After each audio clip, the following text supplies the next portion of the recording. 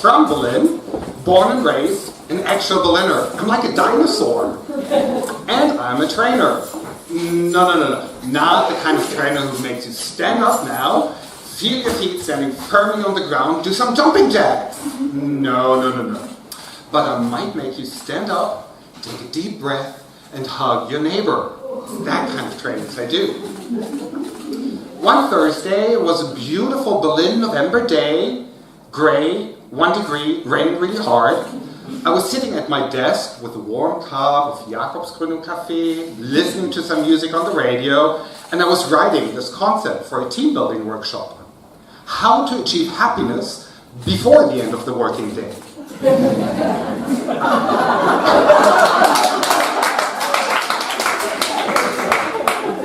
Writing actually really means this for me, you remember? Pen and paper, that's how I do it. Because I can tell different generations apart from each other by the way how they mind writing. When you're part of the digital area, you might do this. For my goddaughter Sophia, writing, she's actually 22, studying in Frankfurt now. Writing is more like that. I use one thumb when I write on my phone. In my teens, I used that thumb for hitchhiking. Little did I know it would be used for writing little messages on tiny phones to other people.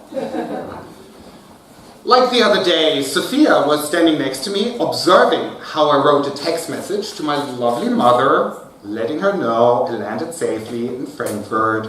Still have to do that at my age. Sophia got all excited. Oh, this is why it takes you so long to answer my messages. She thinks I'm slow. She should check out my parents' generation. For them, it's more like that. So I can tell different age groups by the way how they use their smartphones. I wonder if there's differences in male and female too. Maybe quick, firm, and steady versus soft and delicate. For a trainer, do you know how it feels to work with a diverse group of passionate, intelligent, and highly motivated people? Exhausting. 3 weeks ago, I facilitated a workshop with 15 other trainers in the room as participants. Nightmare. They claim to be a diverse group of people, so naturally, they wanted to have a white male facilitator who knows all about diversity. Me being gay was just wild enough for them, so I got the job. I should put that on my CV under the category Other Interests. In this diverse group of trainers, there were 15, in this diverse group of people, there were, damn!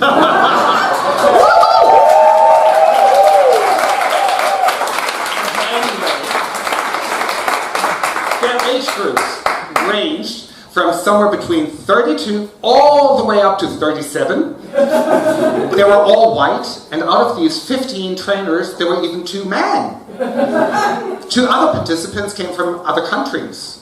You could tell from their accents. I think it was Bavarian. But what saved it in the end was they all had very different haircuts.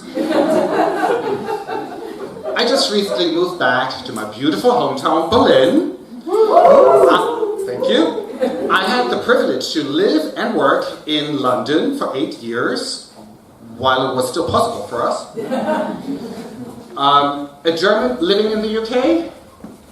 Don't mention the war. Sorry I had to use that one. My flat, that's how the English actually call their apartments, was in Islington. A very cool place where diversity is taken into a whole other dimension.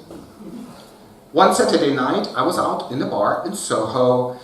Comfortable, beautifully dark place, cozy soft furniture in tiny little corners, appropriate music playing. Dancing Queen, young and sweet. I got talking to this guy.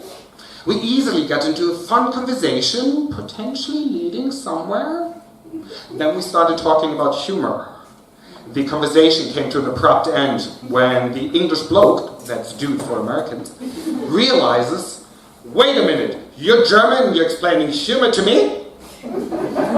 That was that. If he could see me now.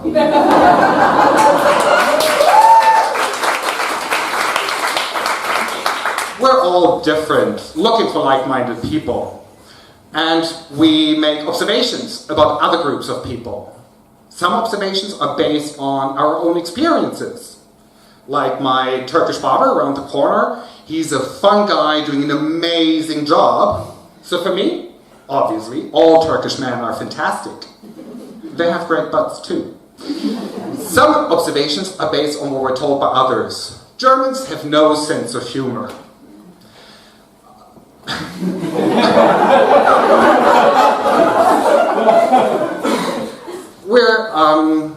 We're all looking for other groups of people. We're looking to find similarities in others. Or we just want to have a fun night out in a bar in Soho with a nice hot guy.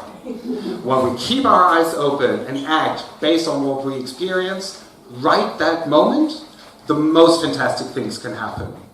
So, if you like, take a deep breath, hug your neighbor despite the differences, and enjoy the rest of the evening.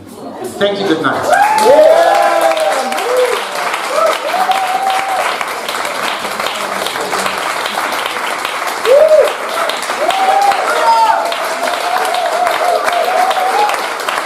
Thank you.